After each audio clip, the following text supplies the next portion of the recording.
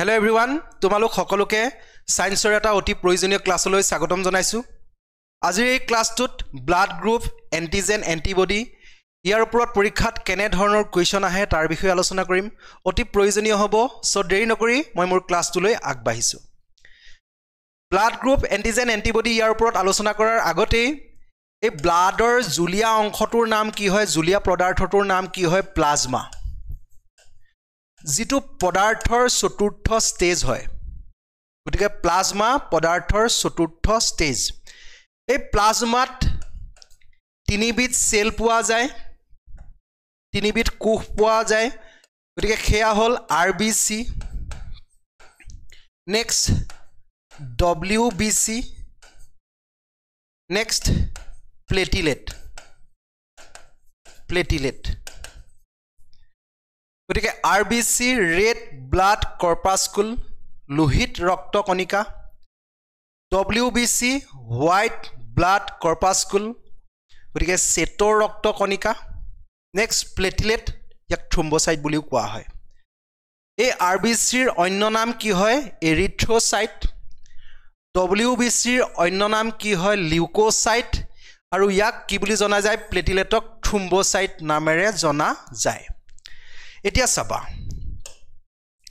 এই RBCৰ প্ৰধান কাম কি হয়, কেৰি অক্সিজেন।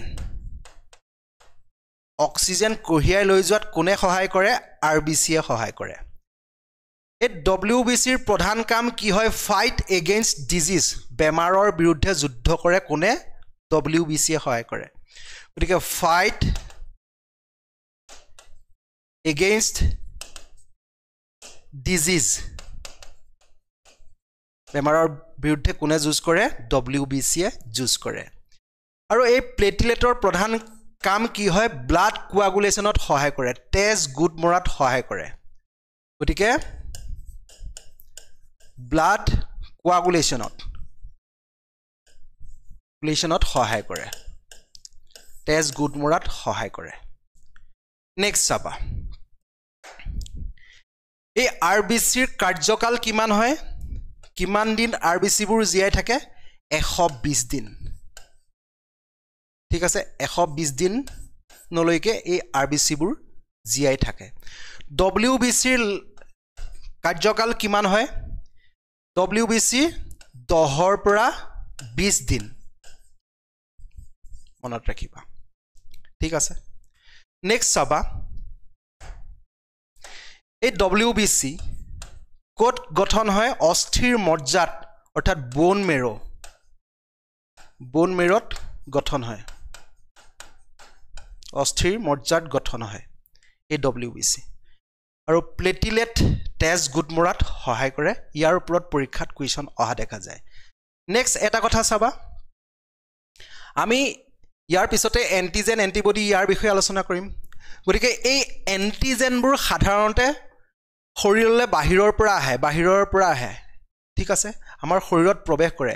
কিন্তু কিছুমান এন্টিজেন আমাৰ শৰীৰতো পোৱা যায়, যাৰ কাৰণে তেজক আমি এই কেইবাটাও গ্ৰুপত ভাগ কৰিছোঁ, A group, B group, AB, O গ্ৰুপত ভাগ কৰিছোঁ। কাৰ ওপৰত নিৰ্ভৰ কৰি, এন্টিজেনবোৰ থকাৰ ওপৰত নিৰ্ভৰ কৰি।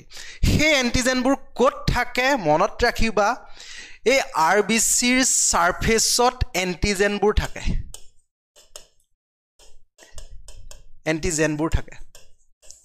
RBCৰ ছাৰফেচত এন্টিজেনবোৰ থাকে।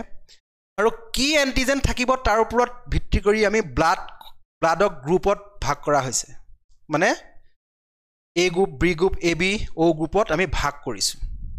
যিখিনি কথা মই তোমালোকৰ লগত আলোচনা নেক্সট কৰিম। ঠিক আছে।